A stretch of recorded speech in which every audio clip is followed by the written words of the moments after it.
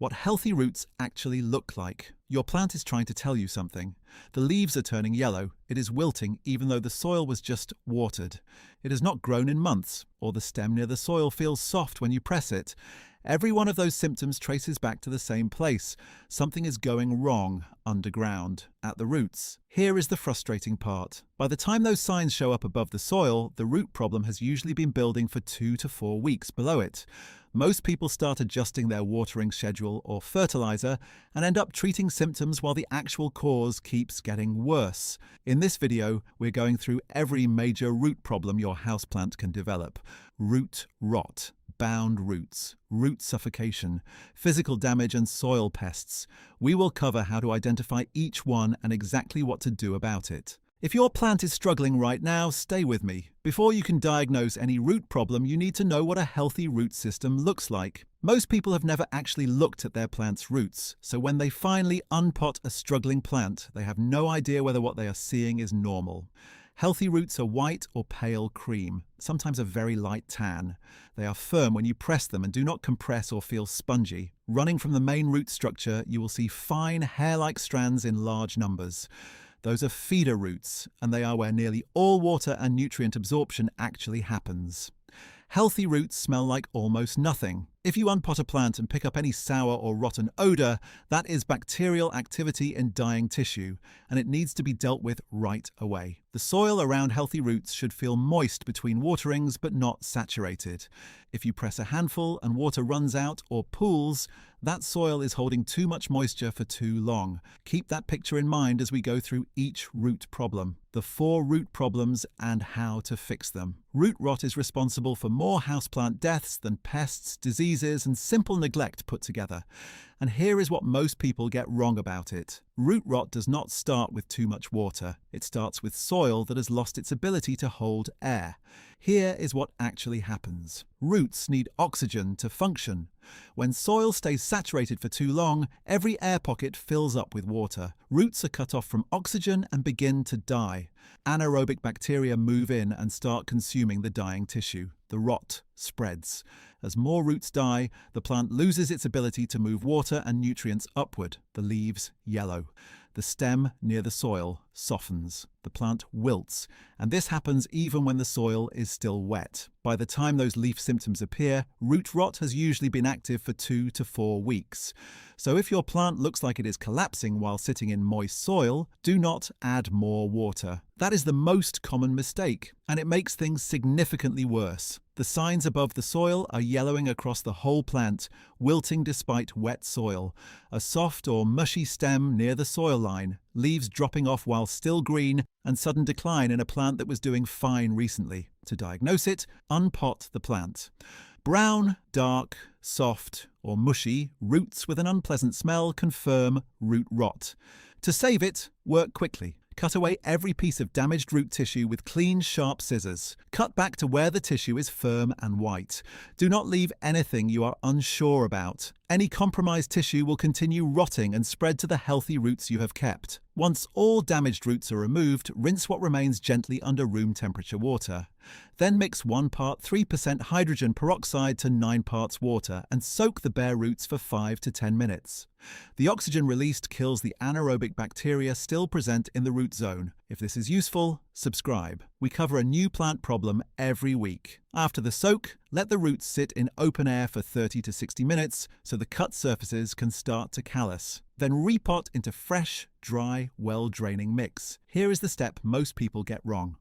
Do not water the plant for 5 to 7 days after repotting. The recovering root system needs a dry environment to start rebuilding. The instinct to water after repotting is strong, but it is exactly the opposite of what the plant needs. Place it in bright, indirect light, stable temperature, and leave it undisturbed for 2 to 3 weeks. A root-bound plant is one where the root system has grown until it fills and exceeds the available space inside the pot.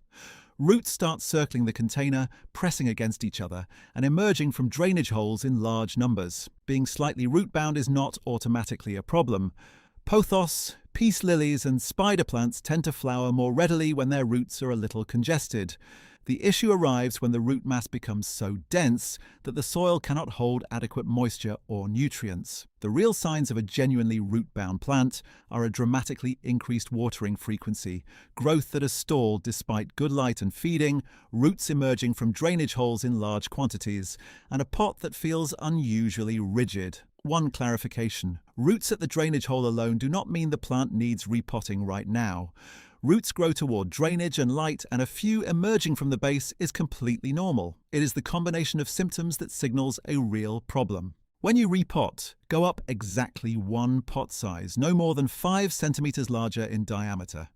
An oversized pot creates excess soil that stays wet for weeks with no roots to absorb it, leading straight back to root rot. Loosen the root ball and carefully untangle any circling outer roots, directing them outward. Circling roots left unaddressed will eventually compress the root ball from outside and restrict growth permanently. Root suffocation is root rot's slower, quieter cousin, and far more common than most people realize. Standard potting mix begins to compact and break down within 1 to 2 years.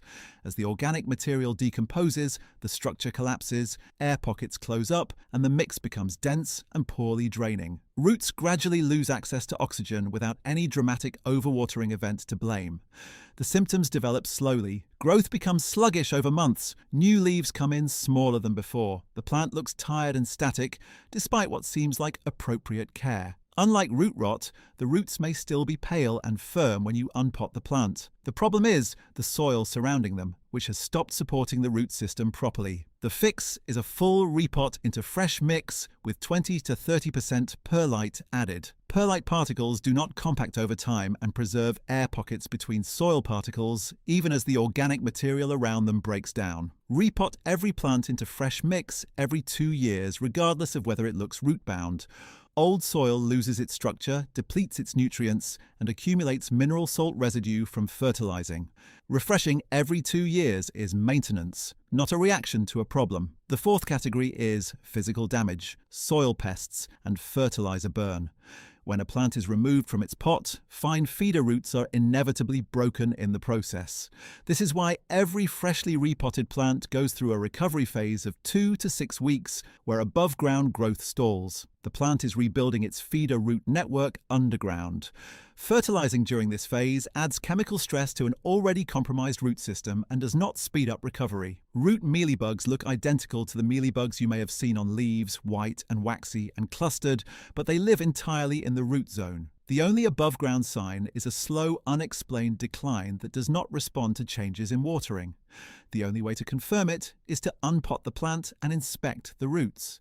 Treatment requires washing all old soil from the roots, a neem oil or insecticidal soap soak, and repotting into completely fresh, sterile mix. Fertilizer burn happens when fertilizer is applied at too high a concentration or to dry soil without watering first. It draws water out of root cells through osmosis. Root tips darken and die. The plant shows wilting or browning that does not improve with watering. Flushing the soil thoroughly with plain water several times removes the excess mineral salts and gives the roots a chance to recover. How to read your plant and prevent root failure. You can often identify the root problem before you even unpot the plant.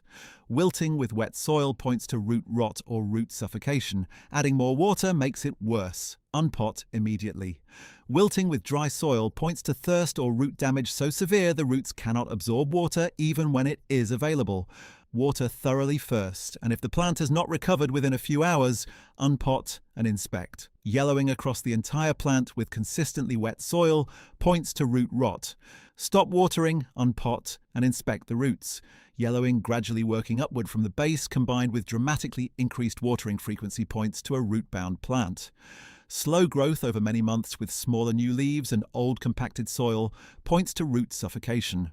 Slow, unexplained decline with a normal watering routine and no visible above-soil cause points to root mealybugs. Wilting and browning that does not respond to watering, especially after recent fertilizing, points to fertilizer burn.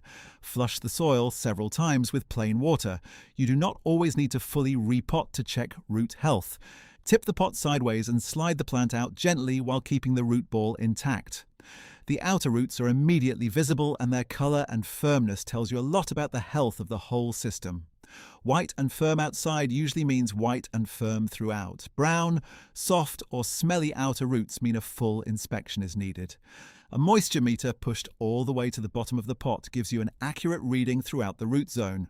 Always push the probe to the deepest point because the surface can feel dry while the bottom stays completely saturated.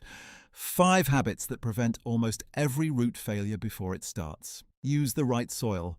Add 20 to 30% perlite for tropical plants, cactus mix for succulents and snake plants, and orchid bark for orchids. Use the right pot.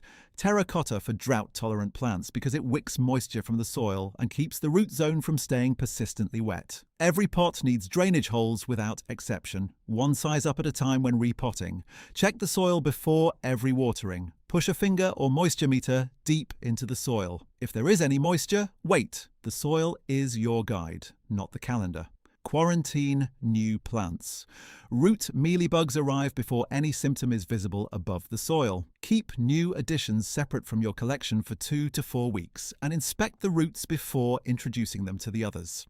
Repot into fresh mix every 2 years. Old soil is the most overlooked factor in root health. Fresh mix every 2 years maintains air structure, replenishes nutrients and clears accumulated mineral salt residue to bring it all together. Root rot, brown, soft, smelly roots. Cut all damaged tissue, soak in diluted hydrogen peroxide, repot into dry mix, no water for 5 to 7 days. Root bound, dramatically increased watering frequency and stalled growth. 1 pot size up, loosen and redirect any circling roots. Root suffocation, old compacted soil and slow decline. Repot into fresh mix with perlite and refresh every 2 years as standard. Physical damage, pests and fertilizer burn all need time and stable conditions, not extra intervention. If your plant is wilting right now despite being watered recently, do not add more water. Unpot the plant and look at the roots. That is always the right first step. If you are seeing something specific and are not sure which problem it is, describe it in the comments. Every comment gets read and you will get a direct answer. If this was useful, subscribe. A new plant problem gets covered every single week in exactly this format.